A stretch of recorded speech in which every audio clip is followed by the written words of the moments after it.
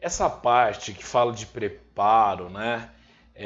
Porte de remessa e de retorno, é muito interessante porque toda vez que eu falar para você, prepara, que agora é hora, você vai lembrar da Anitta? Não. Você vai lembrar que preparo tem a ver com custas, tá?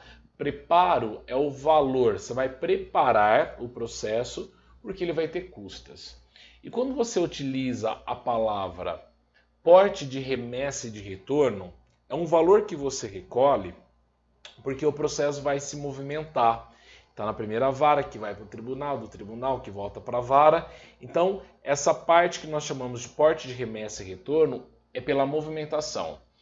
Se você gravar que porte de remessa e de retorno é o valor pago pela movimentação, você vai deduzir também que nos processos eletrônicos não há remessa e retorno. Então não há aporte de remessa e não há aporte de retorno quando se fala aqui do assunto que nós estamos trazendo, que é o assunto de preparo e de remessa e porte de remessa e de retorno. Então, processo eletrônico não há remessa e retorno. Agora, sobre o preparo, o que você tem que saber? Imagine que a parte ela deveria ter recolhido lá o valor de R$ 1.000 de preparo, tá bom? Então ela entrou com um determinado recurso e o valor do preparo seria de R$ 1.000. Acontece que essa parte, na hora dos cálculos, ela colocou lá R$ 900, recolheu R$ 100 a menos. Há uma insuficiência de preparo. Diante dessa insuficiência do preparo, segundo o parágrafo 2º, há insuficiência no valor do preparo. Inclusive, porte de remessa e de retorno implica deserção. O que é deserção? O que é algo deserto, Alex? Deserto é vazio. Então, o fato da pessoa recolher um valor menor do que deveria faz com que implique a deserção. Só que a deserção só vai acontecer depois que eu efetuo a intimação na pessoa do seu advogado, porque é o advogado que é responsável pelo processo, por isso que eu falo na pessoa do advogado, e ele não vier a supri-lo no prazo de 5 dias, tá? E ele não vier a supri-lo, não vier suprir no prazo de 5 dias. Então essa é a ideia central. Insuficiência no valor do preparo, insuficiência no valor do preparo, vai ser considerado deserto, só que a deserção só pode ser fixado se intimado na pessoa do advogado ele não vier a suprir, ok? No parágrafo 3º, eu já estabeleci que é dispensado o recolhimento de porte de remessa e de retorno naquilo que nós chamamos de autos eletrônicos, tá? Naquilo que nós chamamos de autos eletrônicos. Essa é a ideia. E aí eu não preciso explicar o porquê que é dispensado o porte de remessa e retorno, porque você já entendeu que processo eletrônico não tem movimentação, ok? Então, assim que a pessoa recorre, o recorrente, ele tem que comprovar tudo isso.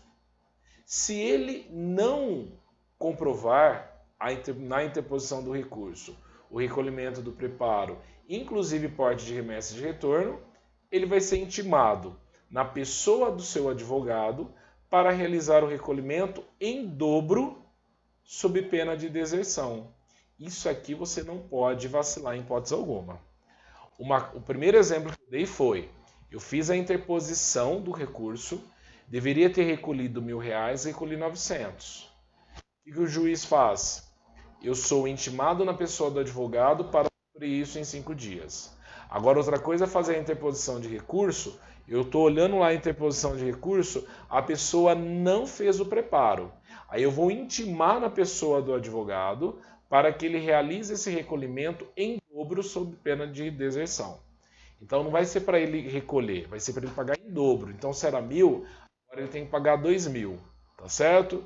Só que esse advogado ele está meio perdido nas contas. Imagine vocês que ele entrou com o recurso e não fez o preparo. Aí ele foi condenado a pagar o dobro seria 2.000. Ele foi lá e fez a interposição e no preparo ele recolheu 1.500.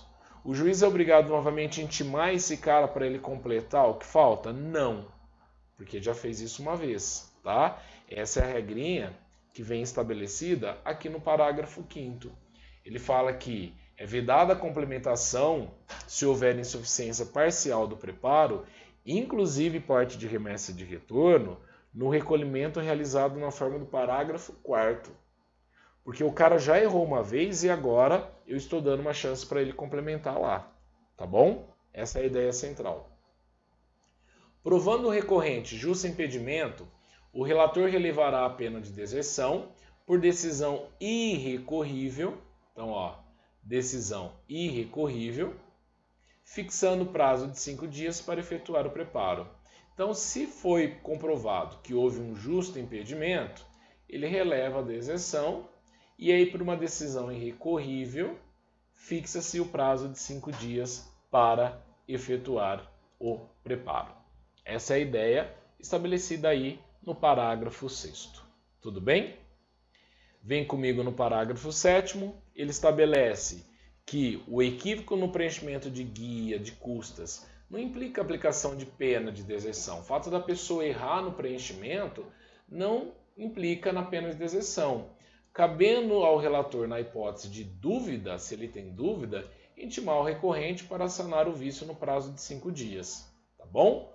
E aí eu tenho que fixar. Se eu estou entrando com recurso, o tribunal proferiu um julgamento. O tribunal proferiu um julgamento. Esse julgamento substitui a decisão impugnada no que tiver sido objeto de recurso. Aquilo que foi objeto de recurso, ele vai e substitui o que nós chamamos de julgamento proferido pelo tribunal. Tá certo? Vem comigo no 1006. Esse daqui na realidade é o 1008, né? Agora que eu vi, acho que a gente fez aqui um adiantamento dele, o 1008. Mas tudo bem, não tem problema. A ordem dos fatores não altera o produto. E aí depois aqui tem o 1006 e tem o 1007, né? Vamos finalizar aqui com esse 1006 e 1007, depois a gente fala de apelação. Ele estabelece o seguinte a nós, certificado do trânsito em julgado com menção expressa da data da sua ocorrência, o escrivão ou chefe de secretaria, independentemente de despacho, ele providencia a baixa dos autos ao juiz de origem no prazo de 5 dias. Então, se eu tive o trânsito de julgado lá no tribunal, ele vai encaminhar para a vara. E qual que é o prazo para encaminhar para a vara? Em 5 dias. Feito o ato de interposição do recurso, o recorrente comprova, quando exigido pela legislação pertinente, o respectivo preparo, inclusive porte de remessa de retorno, sobre pena de deserção. Aí sim, né? Lá no 1008 ele substituiria, só que eu tenho uma observação aqui ainda do parágrafo 1º.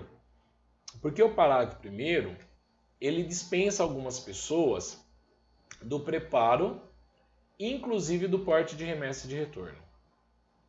Então eu preciso entender quem são as pessoas dispensadas de preparo, inclusive de porte de remessa de retorno. São eles: MP, União, Distrito Federal, Estado, Município, respectivas autarquias e aqueles que gozam de isenção legal. Então aqui eu não coloquei a palavra fundação, sociedade de economia mista. Coloquei União, Estado, Distrito Federal, Municípios, o MP e a autarquia. E de uma forma genérica coloquei, eu não é o legislador, aqueles que gozam de isenção legal.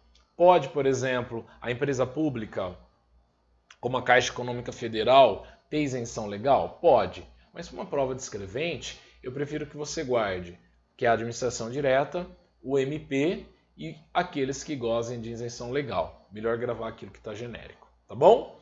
Finalizamos assim então a ideia central de recursos. Se você entendeu, agora eu vou estudar contigo a espécie de cada um desses recursos. Vamos falar da apelação, do agravo de instrumento e do embargo de declaração, tá bom? Não sai daí não, eu te espero lá no nosso próximo vídeo. Valeu!